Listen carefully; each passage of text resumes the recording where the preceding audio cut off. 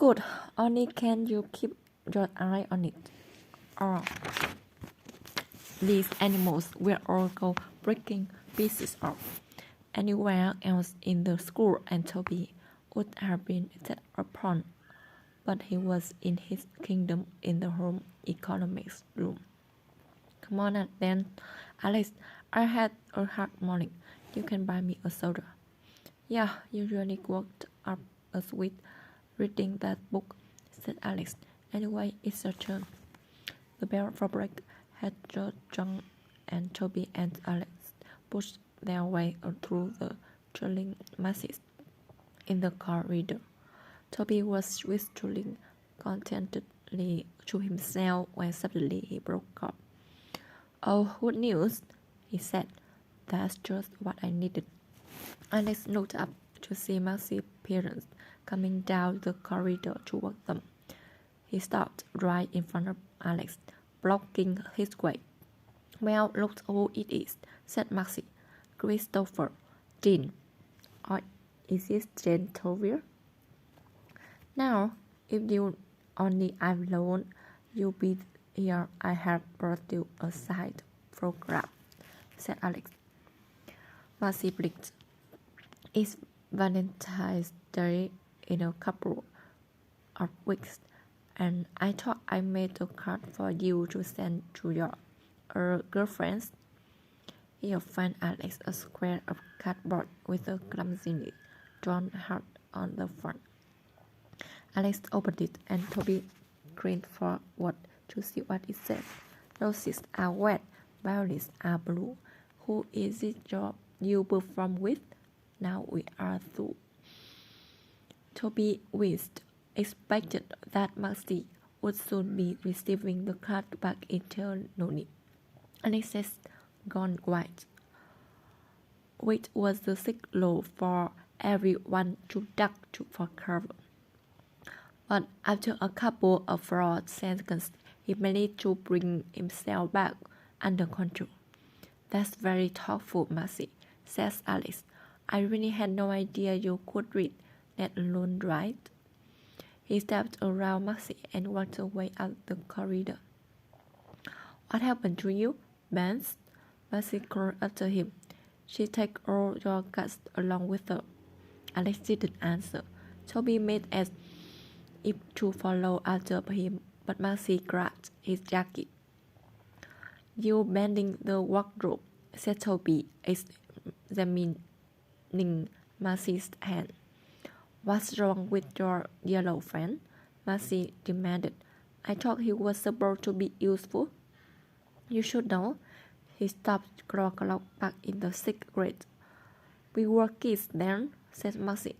That's why he quit the hockey team, lost his bottle. He's just a bit preoccupied at that moment, said Toby. The day you really got on his nerves, the roof going to for it. I'm terrified. Good, you should be. Toby removed Maxie's hand. Now, if you don't mind, it's 10:30 and I haven't had my interventions yet. You get in at the way and I'm happy to give you a smack to offered Maxie. Toby watched him stride aggressively away in the opposite direction to Alex. Give me a smack, said Toby wonderingly. He shook his head in disbelief. I'm a chef, not a boxer. At 10 o'clock that night, Samantha came creeping down the corridor that led to the gymnasium. This time, the school was deserted at night, but even so, she was very wary, tiptoeing along in her socks. Samantha had been sent to her bed at 6 o'clock, as though she was a naughty girl. Miss Jolison had gone up the wall about Samantha dodging her parents, but Samantha had just put on her blank expression and had stood there studying the excursions until she had finished. She had been hiding in the linen cupboard, sitting on one of the top shelves behind a pile of towels while they searched for the school for her. She reached the door for the gymnastics, put the knife on and stepped inside. Then no chance of the knife being seen, because the gym was also used as a theater and had blinds on all the windows. Samantha had been working on their routines most nights, but tonight she didn't feel like going straight into her free dance. So after she had stretched, she put on a snow record and started dancing to it. Half ballet, half modern. Samantha always expressed emotion with her dancing, and he began to feel the music with her body until the dance finally came alive. The record was snow, so was the dance. She let the music play through her, dancing long dramatic movements as she became one with the record. At last, the music faded, leaving her alone in the middle of the gym floor, tears pouring down her face. Samantha was extremely unhappy. She felt so lonely it was almost a physical pain. She had so wanted to see her parents that morning, but wouldn't give it to them. She missed them every day, the brisk, no-nonsense affection from her mother, and the more protective love of her father. She missed her friends at school, her skating class, and most of all she missed Alex. The friendly training lessons, the half-arguments, the occasional explosions, the protests of the morning runs she forced him to take. All she had left was the true 90-minute skating sessions, which had to be devoted almost exclusively to drilling. She sank down onto the floor, hugging her knees, and let herself cry, really indulging herself in her misery. "Good evening," said a voice. She jumped. Paula Wallis, out of the prefect, was leaning against the door. Samantha immediately stopped crying and deliberately swore out loud. Paula seemed to find this amusing. "Oh, it's just digestible," said Samantha. "Come on, get it over with. Drop me off to Adele. I'm sure she'll be delighted to see me again today." Paula came over and, to Samantha's surprise, sat down on the floor beside her. "Why were you crying?" she asked quietly. "I wasn't. My brain was leaking. That's all." "You tell me it won't go any further." Samantha sighed. "I'm crying because I'm so happy. All right. Now are you going to turn me in? I should tell you straight.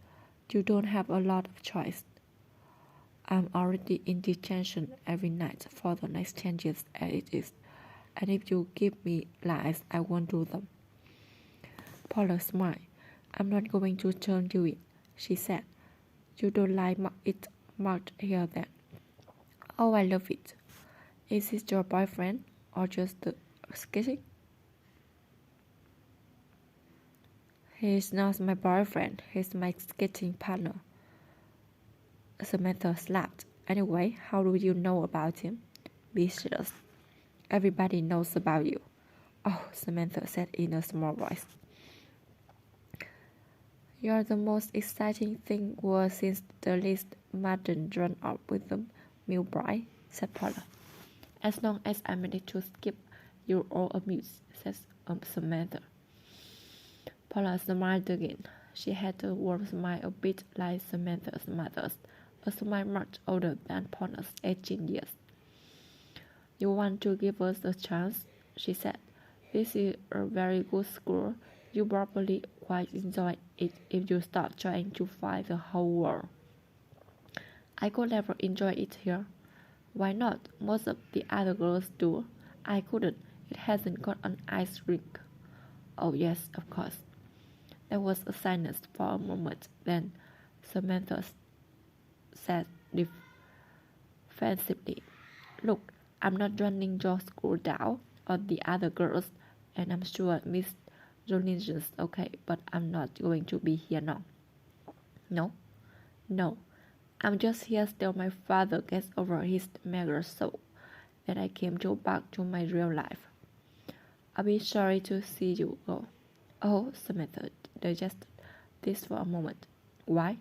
Because that dance you just gifted was one of the most beautiful things I ever seen. Paula tilted. Samantha stood up. My tough girls can blush then. Samantha brushed her arms away and stood up. Paula stood up with her. I wanted to be a dancer, Paula said. My parents shouldn't let me. They sent me here instead. She gave Samantha the benefit of her smile again. They were right. Of course, I couldn't have taken all that work. Oh, look, thanks, Paula, said Samantha uncertainly. That's all right, said Paula. Don't get caught going back, will you? Or we'll both be in trouble. Chapter 8. Skating on thin ice. Alex and Sue skirted the end of the main ring at the Coliseum, and he brought them to a hole in an unprofessional shower of ice. You've gotten good, she gasped. You have to when you got Samantha for a partner, said Alex. He glanced at his watch. We got time for another run-through before she gets here. Forget it, Alex. I want something left for my nation, she said, still out of breath. Whatever happened to the laid back Alex I used to love? He turned serious. Are you still going for early morning dance on a weekend?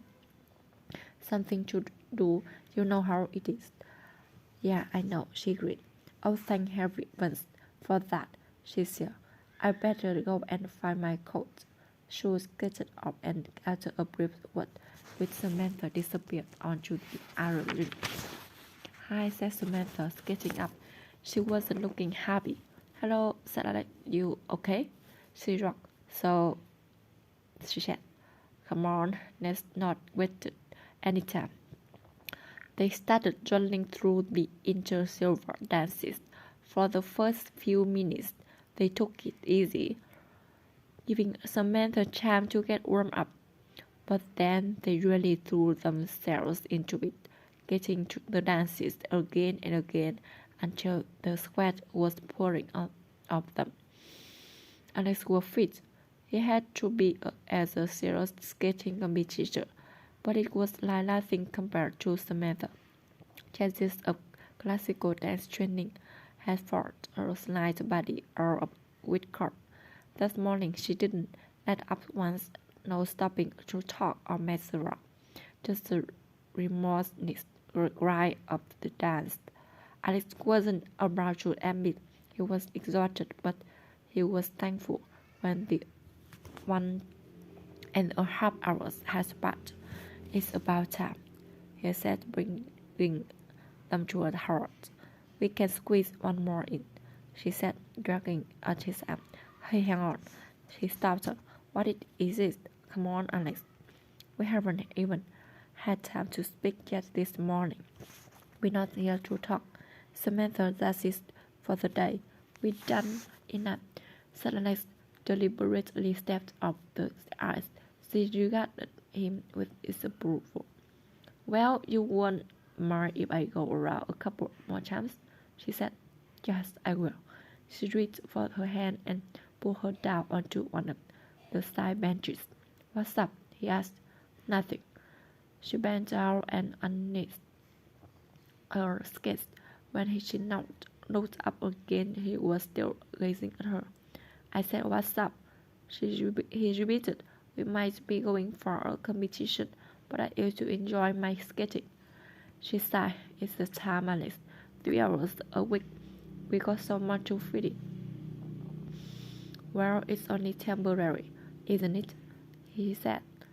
Look, why don't we forget about the competition and concentrate on the inter-silver?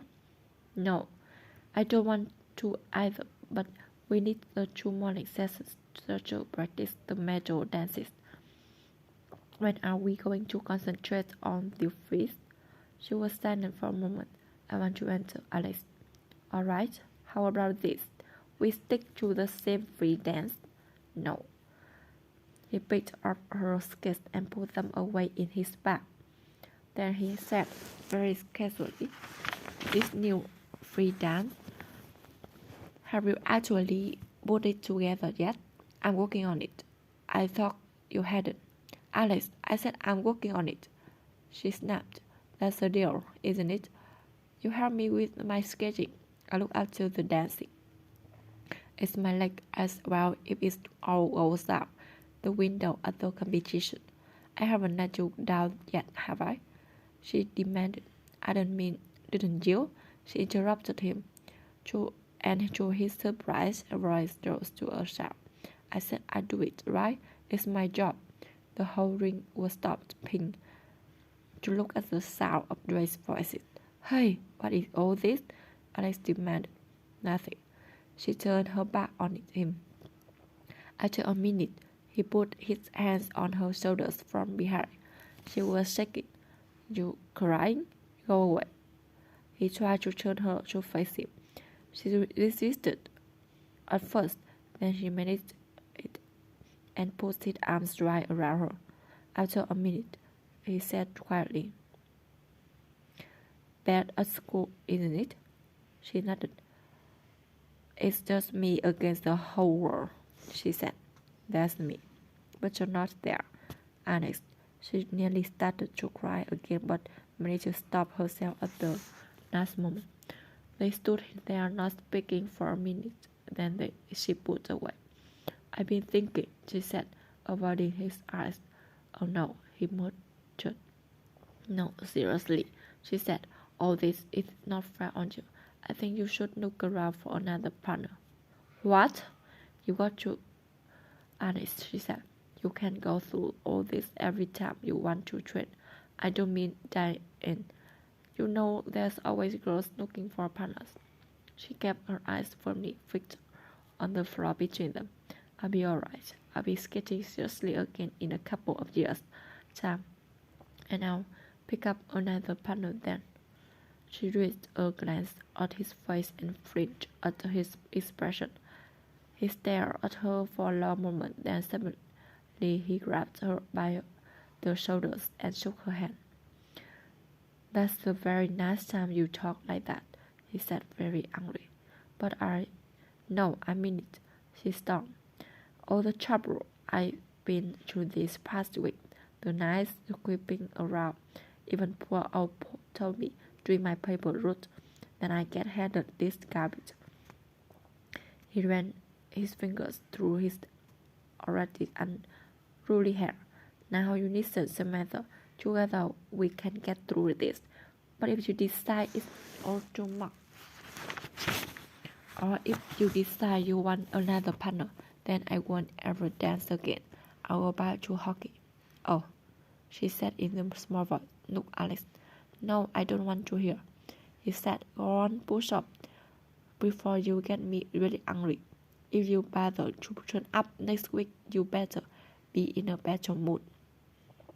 He turned away, picked up his sports bag, and disappeared up the corridor, making his exit as dramatic as possible. Alex glared at the clock in the locker room and made a face. He didn't even have time for a shower. He hurried into his tracksuit, wrapped his bag, and stepped outside. As Samantha was waiting, without a word, she nipped her arms around his neck and gave him a kiss. It was a long kiss, the best kiss they ever had. Then at last, she released him and ran away up the corridor. Samantha was in a better mood for the rest of the day. Even a furious argument with the math teacher over her homework failed to disconcert her.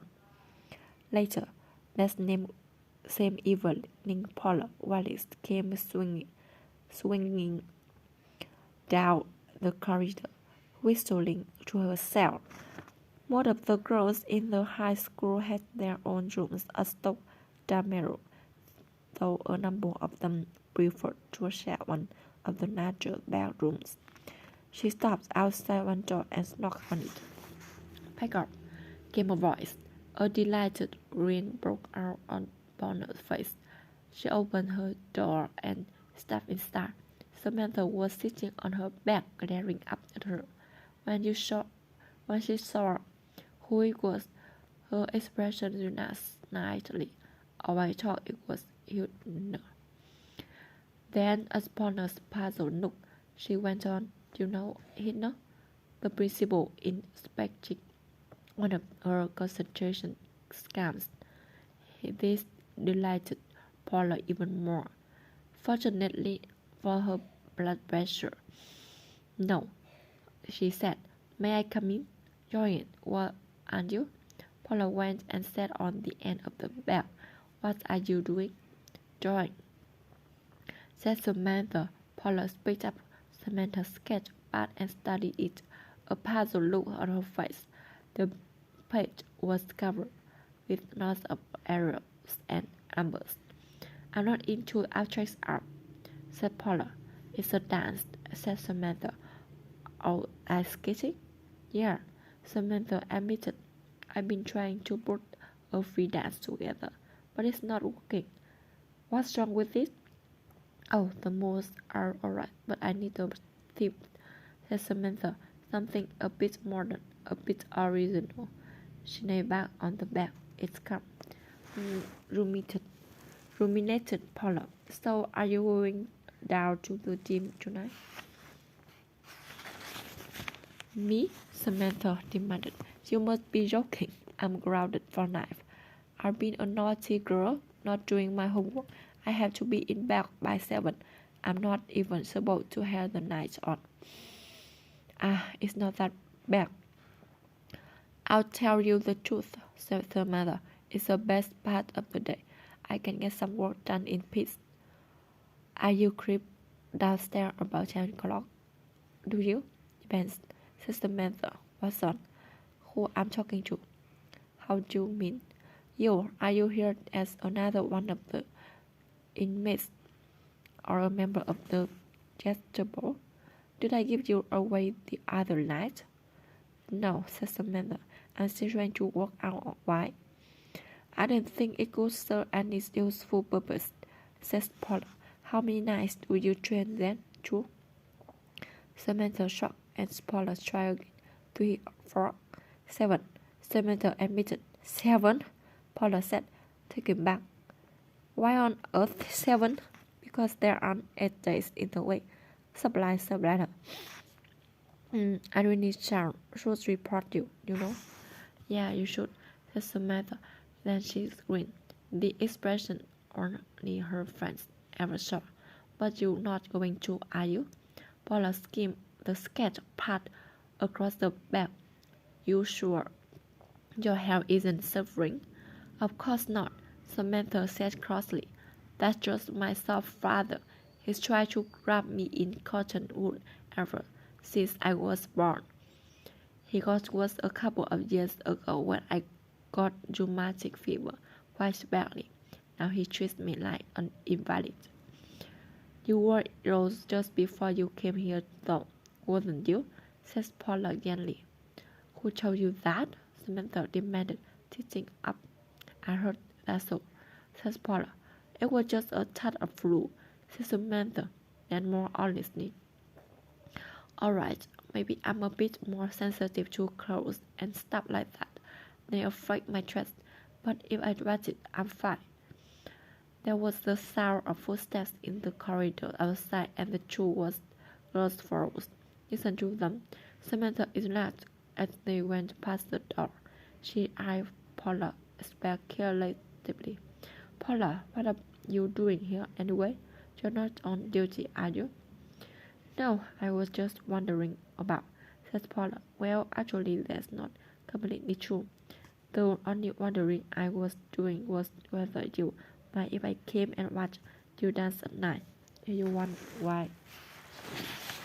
"I thought you might Teach me a bit.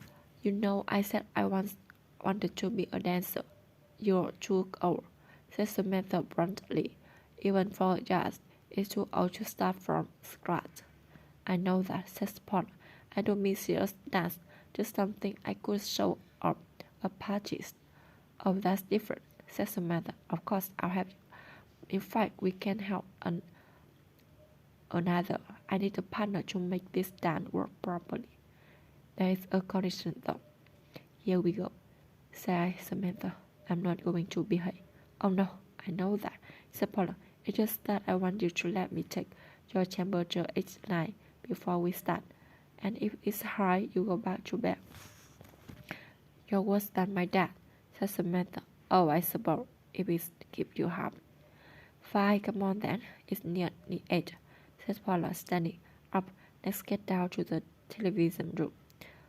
What do you mean? Scarlett Simpson just had a parcel from her parents. Translate that for me, will you? Said Samantha. Oh yes, of course. You wouldn't know, said Paula. Kenny's father is a British ambassador in Washington. He sends her all the very latest films on videotape. We sometimes get them here before the cinemas do. I can. I'm grounded, remember? You'll be all right with me, said Paula. She held the door open, Samantha lay staring out at her for a long minute and a night, swung her legs onto the floor. It's how past the time, I suppose, she said offhandedly. Wow, so enthusiastic, grinned Paula. And careful now. When we get to the television room, don't go acting normally. You don't want to go getting accepted by the other girls.